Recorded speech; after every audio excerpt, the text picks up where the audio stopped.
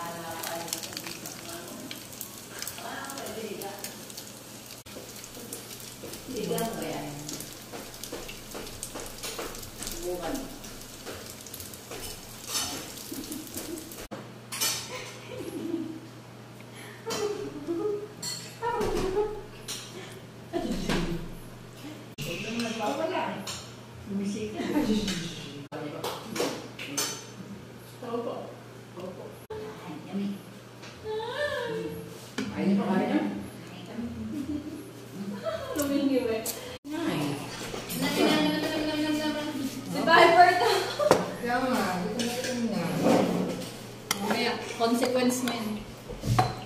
Hindi ka kumakain sa tamang oras. Alam ko lang si Wendy. Yan na, sabi ko. Wala na, palamig lang ang kakain.